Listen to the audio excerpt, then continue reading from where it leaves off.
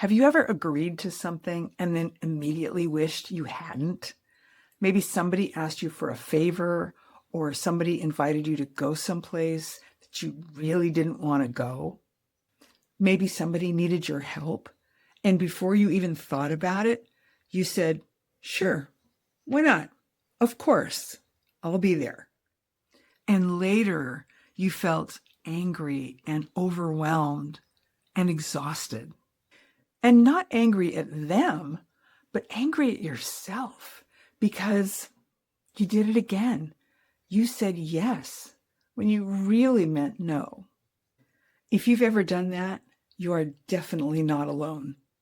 Today, I want to talk about why so many women struggle to say no, even when everything in them wants to say no. For many women, saying yes is automatic. It's a reflex. We don't even take the time to say, well, wait, is that something I really want to do? You don't stop to consider what you want to do. You just respond to what everybody else needs.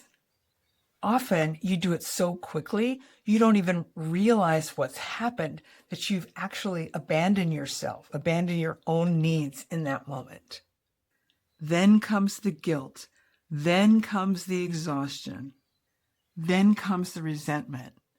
And the question is, why do I keep doing this? If we haven't met yet, I'm Elaine Louise Stewart, and I work with women who are 50 and above who feel like they've lost themselves somewhere along the way and are looking to find a way back. And one of the most important ways of finding our way back to ourselves is learning how to honor what's true for us, even when it feels uncomfortable. Most women think this is a boundary issue, and on the surface, it is. But underneath, it's often a survival pattern.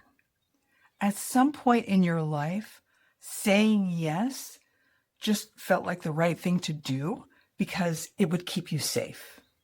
Safe from conflict, criticism, disappointing someone, feeling rejected, or feeling selfish. You learned that keeping other people happy was a lot safer than upsetting them. And over time, that became a pattern, something that you just do without thinking. The problem is that every yes has a cost. Every time you automatically say yes when you mean no, you're sending yourself a message that somebody else's needs matter more than yours, that someone else's comfort matters more than yours. And eventually, you just stop trusting yourself because you know what you really wanted to say. You just don't say it. And over time, those costs accumulate. You become tired of feeling guilty when you think about yourself first, tired of carrying everybody else's needs, tired of saying yes when every single part of you wants to say no. Tired of not knowing what you even want anymore. Maybe your adult child asks you for something that you really don't have the energy for, and you say yes. Maybe a friend wants your time when you're already exhausted, and you say yes. Maybe somebody asks you to take on one more responsibility, and you say yes. Not because you want to, but because saying no feels too uncomfortable. Every yes has a cost. And when it's not an honest yes, that cost is you. One of the biggest things I want women to understand is this. A boundary isn't something that you do to another person. A boundary is something that you do for yourself. It's not punishment.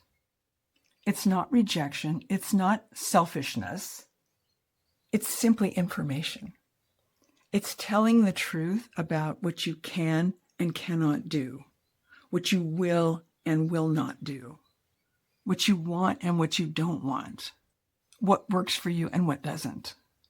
This is where many women get stuck. They think I feel guilty. I must be doing something wrong. But guilt doesn't mean that you're doing something wrong. It simply means that you're doing something different. Sometimes guilt shows up because you're challenging an old pattern, a pattern that started many years ago and has existed for decades. And that's uncomfortable. So I want to give you 2 simple things that you can do now to help with this situation. First, pause before answering. You don't have to answer right away. Try saying, let me think about that. Or let me get back to you. Or let me check my schedule. That gives you time to step back for a minute, take a breath, and ask yourself, is this something I want to do? Second, ask yourself this simple question. What do I want? Not what should I do or what will make other people happy. What do I want? This question begins building self-trust, one small decision at a time. Many women think they need stronger boundaries, but what they're really looking for is relief. Relief from guilt, relief from resentment, relief from carrying everybody else and not ourselves. Relief from the exhaustion that comes with abandoning themselves over and over again. And here are 3 things I want you to remember from this video. First, boundary issues often start as survival patterns. You learned this for a reason. Second, self-trust is built through small choices. Every time you honor what's true for you, that trust is strengthened. And third, boundaries create peace, not selfishness, not conflict, peace. Learning to say no isn't really about saying no. It's learning to be and stay connected to yourself. It's about listening to what's true for you. It's believing that your needs matter. And while that can feel uncomfortable at first, it may be one of the most freeing things you ever learn to do. If this spoke to you, subscribe and we'll keep walking this path together. You've done brave things before. This is just the next step. Next time, we're going to talk about why therapy can help you, but why do you still feel stuck? Thanks so much for listening. See you next time.